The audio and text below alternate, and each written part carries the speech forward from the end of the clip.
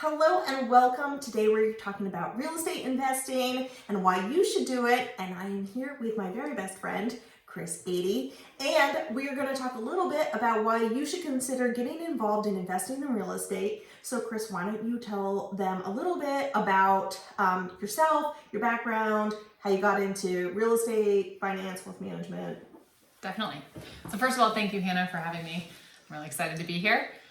So my background, I actually started in wealth management at the ACO company, which was a subsidiary of Goldman Sachs when I first got out of college. And then about 2.5 years into it, I went back to graduate school for my MBA. And while I was there, I realized that my true passion was real estate. So I ended up actually obtaining a job in commercial real estate development, which is what I've been doing as my day job for almost 10 years now. I now run a real estate development consulting firm where I help owners and developers develop commercial real estate. But then on the side, my husband and I have been successful in obtaining a pretty medium-sized portfolio of real estate rental properties. So it's always been a niche for us. So I have a lot of experience and I play in real estate a lot. Yeah, great. All right, so if you Google how to invest in real estate, the first non-ad article that you bring up goes into why real estate investing is a great way to diversify your portfolio and make income. And so it lays down a variety of them. Let me get them all right here. They have 5 ways they want you to invest. Consider investing. Buying REITs, which are real estate investment trusts, online real estate investing platforms, investing in real estate properties, flipping properties, and renting out a room.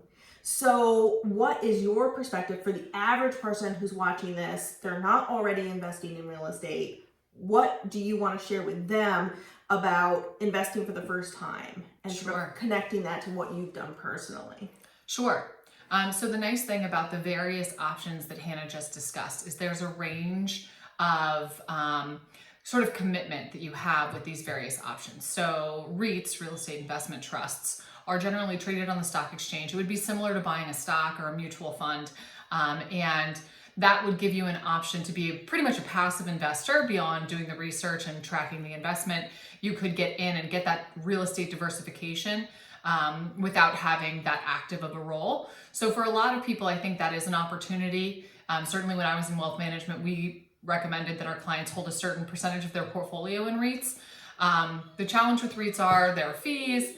The performance of the specific REIT is highly dependent on the manager, and you have to do a lot of research. I'm not going to get into any of that, but it does give someone an opportunity to get in without investing a significant portion of their time. In addition to that, I believe the next one was online real estate investing platforms.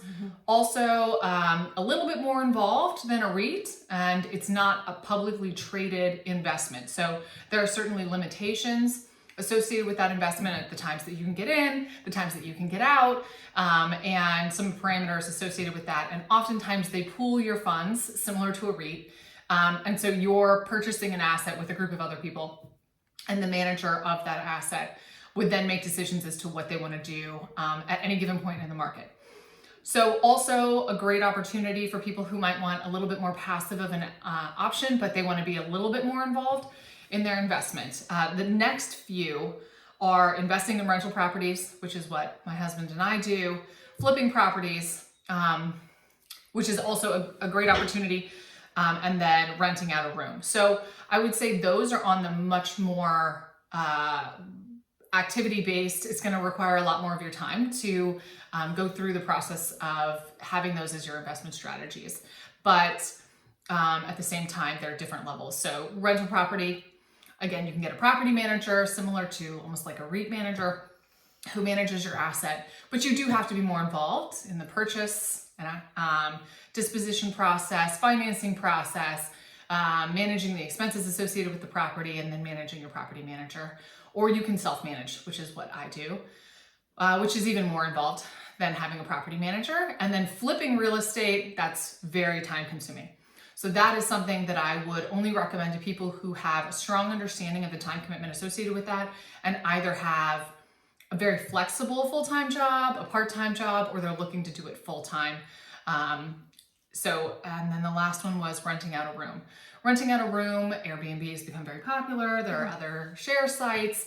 I think that there is less, you already own the property in which you're doing this.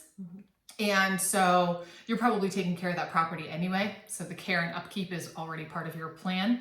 And then renting out the room, you have to interact with the various people who would be interested in the property online, and you'd have to manage those reservations, but also a great opportunity for someone who maybe doesn't have the capital to be flipping real estate or buying full rental properties. So why do you think somebody should invest in real estate? So I do feel that real estate is an important part of a diversified portfolio. So within a portfolio of your investments, so you've got actual investment vehicles, which would be like stocks, mutual funds, REITs, and then you have actual investment accounts. This would be like your 401k, your IRA, your brokerage account.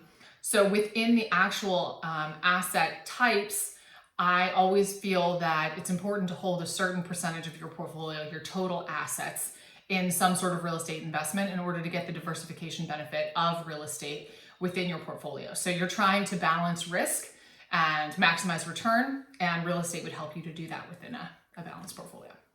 Alrighty.